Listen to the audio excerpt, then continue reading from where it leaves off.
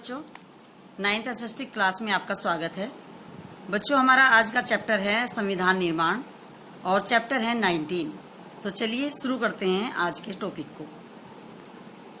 सबसे पहले है संविधान का अर्थ। लोकतंत्र में कुछ नियम एवं मानक होते हैं जिनका पालन नागरिकों एवं सरकार दोनों को करना होता है। इन नियमों एवं प्रक्रियाओं के लिखित और अलिखित रूप को ही संविधान अर्थात कॉन्स्टिट्यूशन कहते हैं। यह देश का सर्वोच्च कानून होता है और इस दृष्टि से संविधान नागरिकों के अधिकार, सरकार की शक्ति और सरकार के कार्य करने के तौर तरीकों को निर्धारित करता है। यह नागरिकों के प्रति राज्य के अधिकारों व कर्तव्यों तथा राज्य के प्रति नागरिकों के अधिकारों और कर्तव्यों को स्पष्ट करता है।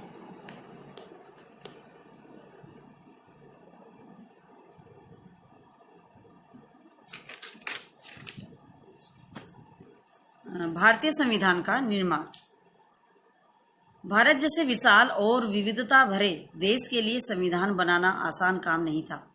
इसी समय में देश ने धर्म के आधार पर हुए बंटवारे की विभीषिका झेली थी, अर्थात उस दंश को झेला था जब भारत और पाकिस्तान के लोगों के लिए बंटवारा भारी विनाश और दिल दहलाने वाला अनुभव था। नेक्स्ट है बच्चों, संविधान सभा का निर्माण, कि कैसे संविधान सभा स्थापित हुई थी और कैसे संविधान निर्माण की प्रक्रिया आरंभ हुई थी। 1946 में 1946 में ब्रिटिश सरकार ने एक कैबिनेट मिशन भारत भेजा। कैबिनेट मिशन के आगमन के साथ संविधान सभा के गठन का कार्य भी प्रारंभ हो गया। संविधान सभा के लिए जुलाई 1946 में चुनाव हुए और 9 दिसंबर 1946 तक संविधान सभा का निर्माण कार्य पूरा हो गया।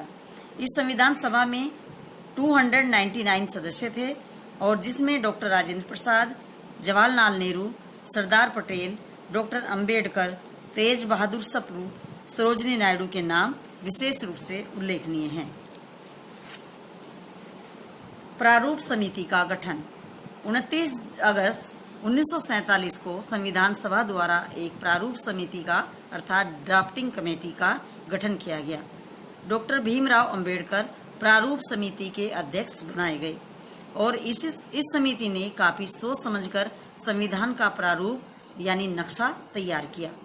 इस प्रारूप को फरवरी 1948 में प्रकाशित किया गया और इसे 4 नवंबर 1948 को संविधान सभा के सामने पेश किया गया। इसी कारण डॉक्टर अंबेडकर को भारतीय संविधान का जनक कहा जाता है। नेक्स्ट है बच्चों, संविधान के प्रारूप की स्वीकृति।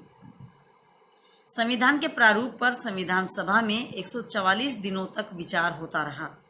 इसमें 2473 संशोधन पेश किए गए यानी इम्प्रूवमेंट पेश किए गए और 26 नवंबर 1949 को नया संविधान अंतिम रूप से स्वीकार किया गया।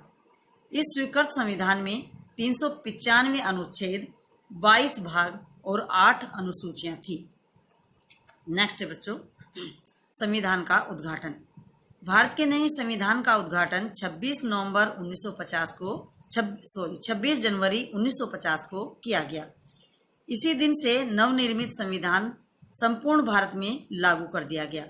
तत्पश्चात भारत गणतंत्र बन गया। इस कारण 26 जनवरी को हम लोग गणतंत्र दिवस मनाते हैं।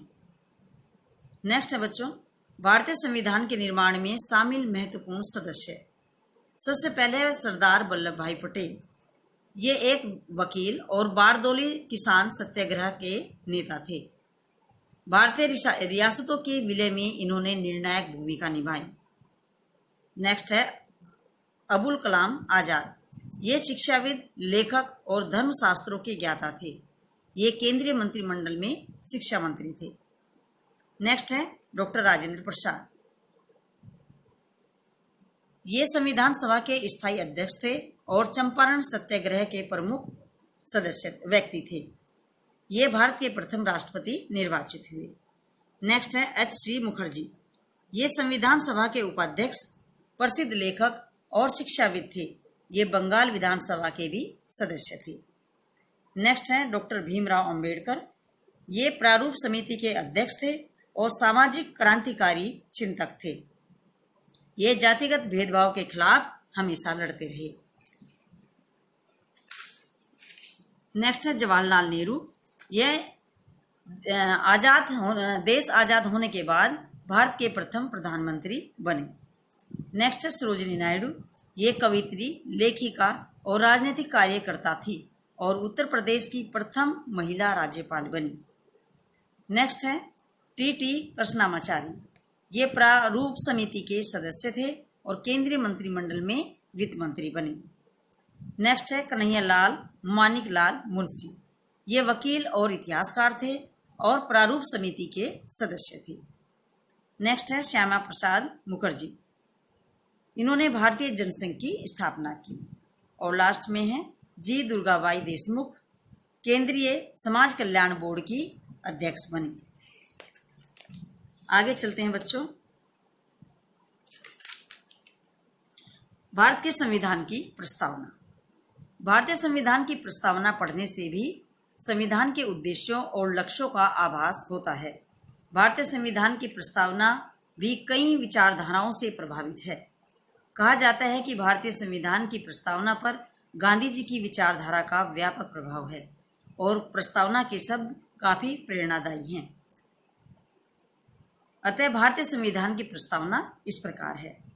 हम भारत के लोग भारत को एक संपूर्ण प्रभुत्व संपन्न समाजवादी पंथ निरपेक्ष अर्थात जिस देश का कोई अपना व्यक्तिगत धर्म न हो, पंथ निरपेक्ष लोकतंत्रात्मक गणराज्य बनाने के लिए तथा उनके समस्त नागरिकों को सामाजिक, आर्थिक और राजनीतिक न्याय, विचार अभिव्यक्ति, विश्वास, धर्म और उपासना की स्वतंत्रता, प्रतिष्ठा और अवसर की समता आदि प्राप्त करने के लिए तथा उन सब में व्यक्ति की गरिमा और राष्ट्र की एकता और अखंडता सुनिश्चित करने वाली बंधुता बढ़ाने के लिए दृढ़ संकल्प होकर अपनी इस संविधान सभा में आज तारीख 26 नवंबर 1949 को एतद द्वारा इस संविधान को अंगीकृत, अधिनियमित और आत्मसमर्पित करते हैं।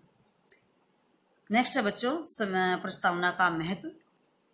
इसमें सबसे पहले है सरकार के स्वरूप की जानकारी होती है, दूसरा है जनता का संविधान है, तीसरा है धर्मनिरपेक्षता और चौथा है आदर्शों एवं मूल्यों की झलक।